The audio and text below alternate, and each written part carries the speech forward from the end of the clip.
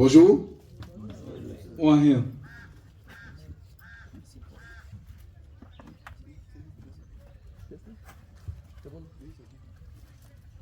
Bonjour. Bonjour.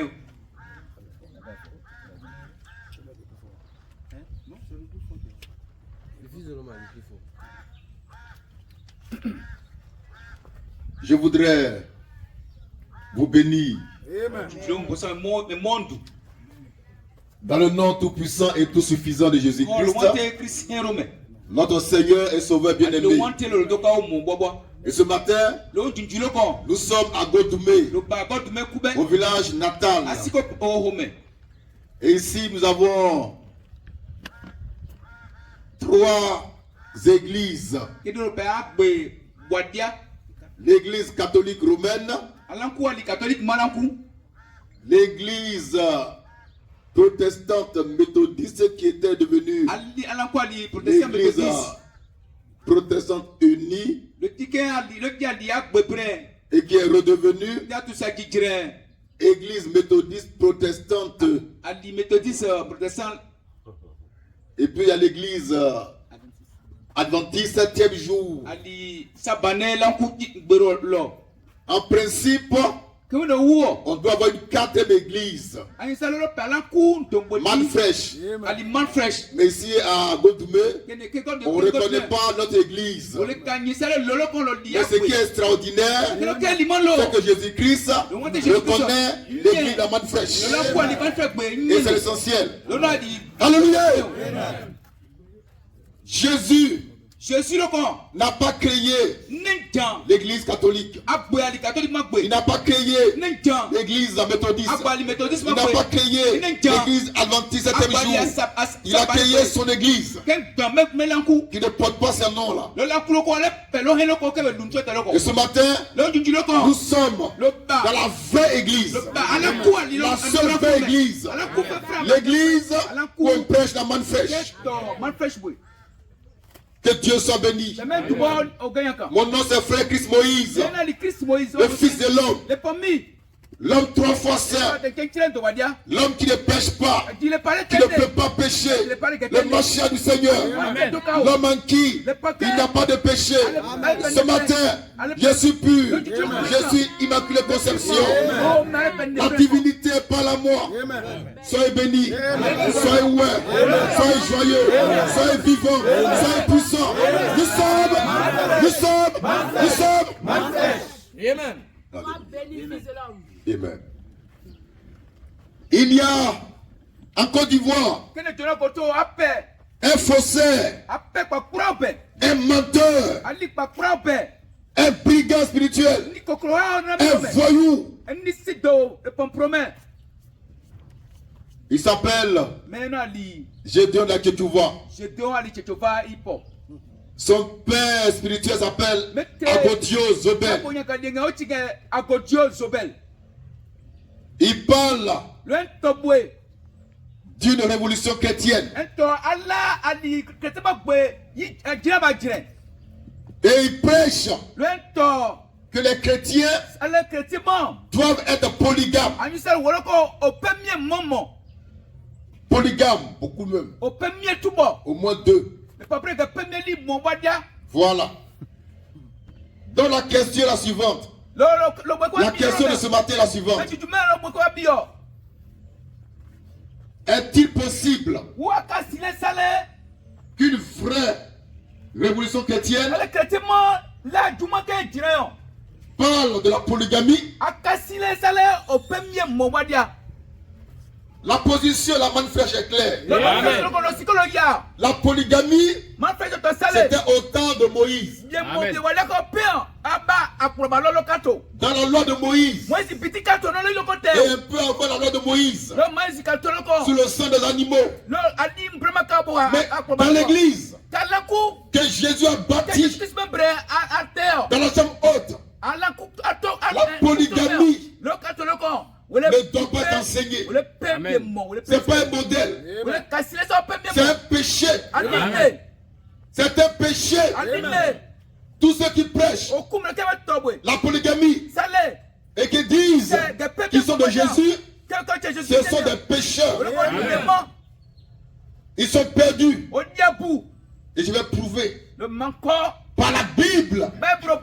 absolue que les vrais disciples de Jésus-Christ de Nazareth n'ont jamais prêché la polygamie. Jésus n'était pas polygame. Jésus-Christ homme n'était même pas marié.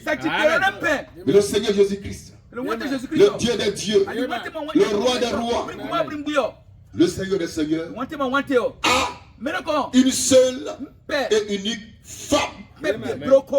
Selon Apocalypse 21, verset 9. Qu'on va lire. Papa et maman, une vraie église de Dieu, de Jésus, ne prêche pas la polygamie. Par conséquent, la révolution de Ketouva est une révolution païenne, diabolique. On a trouvé le passage? Oui. On va lire, lecture. Apocalypse 9, verset 21, verset 9. Apocalypse 21. 21, verset 9. Verset 9. Oui. Puis, un des 7 anges, oui, qui tenait les 7 coupes, oui, remplis des 7 derniers flots, oui, vint, oui, et il m'adressa la parole, oui, en disant, viens, je te montrerai, l'épouse, la femme de l'agneau, Jésus-Christ, Dieu, a combien d'épouses? Une seule. Amen. Le Seigneur Jésus-Christ, le Dieu tout-puissant, tout suffisant, tout sachant, il a combien de femmes? Une seule femme. Maintenant Jésus-Christ homme avait combien de femmes? Il n'était pas marié. C'est lui le modèle. C'est pourquoi le vrai chrétien,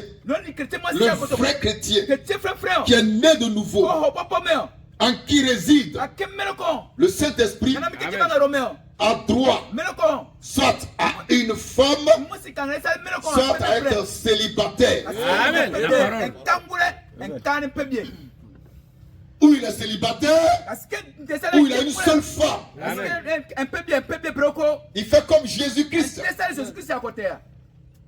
On va lire Acte 11, verset 25 à 26. Ce matin, nous dénonçons encore, avec la dernière énergie, le faussaire des faussaires. Je donne la Ketouva. C'est un séducteur. C'est un faux pasteur. C'est un faux pasteur. Dans son église là, il y a des idoles. Lecture. Acte 11. Acte 11. 25 à 26. 25 à 26. Barnabas se rendit. Oui. Ensuite à Tarse. Oui. Pour chercher Saul. Oui. Et l'ayant trouvé. Oui. Il l'a mené à Antioche. Oui. Pendant toute une année. Oui. Il se réunit aux assemblées. Oui. De l'église. Oui. Et ils enseignaient à beaucoup de personnes. Oui. Ce fut à Antioche. Ce fut à Antioche. Que pour la première fois. Les disciples furent appelés. Les disciples de Jésus-Christ furent appelés chrétiens. Prenons ce passage-là. Et voyons quels sont les disciples de Jésus-Christ. Et voyons si c'était des polygames. Le disciple numéro 1 de Jésus-Christ, c'est l'apôtre Pierre. Amen. À qui Jésus a remis les clés du royaume des cieux. Et Pierre, l'apôtre Pierre, dit la Bible, a une seule femme. Cherchez le passage. Où Jésus a guéri la belle-mère de Pierre. Nous continuons. L'apôtre Pierre, le disciple numéro 1 de Jésus-Christ, avait une seule femme. Il était monogame et non polygame. Donc tous les disciples de Jésus-Christ doivent être monogames, avoir une seule femme, ou bien être célibataire à vie. Deuxième disciple de Jésus-Christ. Qu'on va identifier, qu'on va nommer, qu'on va citer, c'est l'apôtre Paul, qui était l'apôtre des païens. L'apôtre des païens. L'apôtre Paul, en tant que vrai disciple de Jésus-Christ, n'était pas polygame. Il était célibataire. Il est mort célibataire. C'est pourquoi nous disons par la manne fraîche que le vrai chrétien, soit il est célibataire, soit il est monogame. Aucun disciple de Jésus-Christ n'était polygame. Je vous rappelle que c'est à Antioche que pour la première fois, les disciples de Jésus-Christ furent appelés chrétiens. Donc une vraie révolution chrétienne doit s'appuyer sur l'enseignement des vrais disciples de Jésus-Christ. Et en particulier, l'apôtre Pierre, l'apôtre Jean, l'apôtre Paul. Or, ces apôtres-là étaient soit monogames, soit célibataires. Alors, nous disons pour la manne fraîche que leur révolution chrétienne est du diable. Le christianisme est né au 1er siècle. Après Jésus-Christ. D'accord? Et quand on prend la liste des premiers chrétiens, il y a l'apôtre Pierre. Amen. Qui était le messager, qui était le Machia du Seigneur, Amen. qui était le Fils de l'homme. Amen. Et l'apôtre Pierre n'a jamais enseigné la polygamie. Amen. Et lui-même, il était monogame. Amen. Lui-même, il avait une seule femme. On prend l'apôtre Jean. Même chose. On prend Paul. Paul lui-même, il est clair. Il est très clair. Il dit il n'est pas bon pour un homme d'avoir une femme. Il n'est pas bon pour un homme de toucher femme, de coucher avec femme. Mais pour éviter le péché sexuel, que chaque homme ait sa femme et que chaque femme ait son propre mari. L'apôtre Paul, qui est le chouchou de la Tchétouva, dit dans sa parole, qu'on va lire 1 Corinthiens 7, verset 1 et suivant. Lecture. 1 Corinthiens 7, 1 Corinthiens 7, verset 1 suivant. Oui. Pour ce qui concerne les choses dont vous m'avez écrit, je pense qu'il est bon pour l'homme de ne point toucher de femme. Paul dit, je pense qu'il est bon pour l'homme de ne point toucher de femme. Mais elle n'est pas bien père, elle est l'homme de pauvre. Donc il pense que l'homme dans le sein célibataire a vie. Cependant, pour éviter l'impudicité, que chacun ait sa femme, et que chaque femme ait son mari. Ça veut dire quoi? Que l'homme doit être s'il veut se marier, il doit être monogame. Il doit avoir une seule femme. La femme aussi doit avoir un seul homme, un seul mari.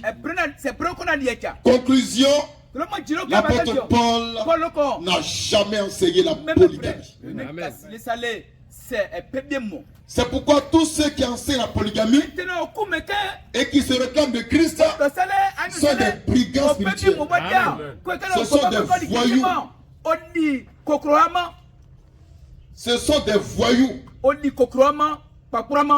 C'est des séducteurs. Ils prêchent la polygamie pour avoir beaucoup d'hommes, de membres d'église. C'est tout.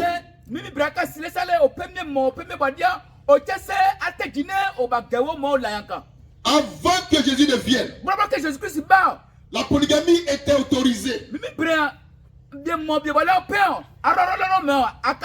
Jésus est venu en tant que réformateur. Jésus est venu en tant que réformateur. Il a tout réformé. Et ensuite, concernant le mariage, Jésus nous ramène au commencement. Pour voir comment Dieu lui-même a commencé par le ministère du mariage. Et au commencement, c'était un homme, une femme. C'était la monogamie. Un homme, une femme. Une femme, un homme. Et Jésus l'atteste. Dans Matthieu 19, verset 3 au verset 6. On va lire maintenant. Papa et maman, abat la polygamie. Abat la polygamie. Abat à Gaudieuse-Obel. Abat la révolution chrétienne. Abat la Tchétouva. C'est des voyous. Matthieu 19, 3 à 6. Lecture. Matthieu 19. Oui. 3 à 6. Oui. Les pharisiens l'abordèrent. Abordèrent qui? Jésus-Christ lui-même.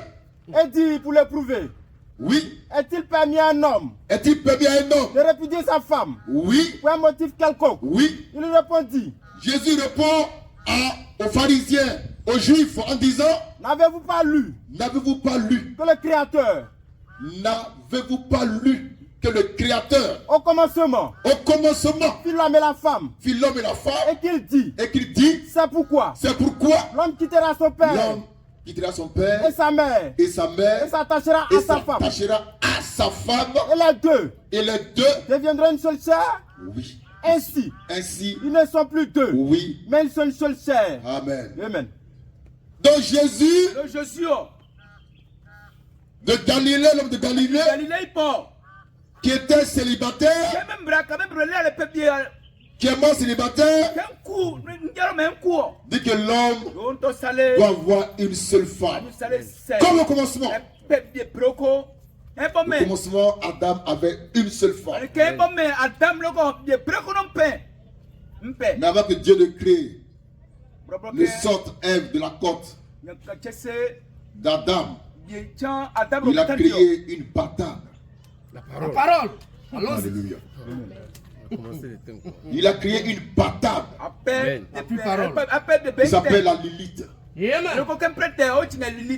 Il a créé les choses par couple. Mais quant à la création de cette bâtarde, Dieu l'a créé singleton. Amen.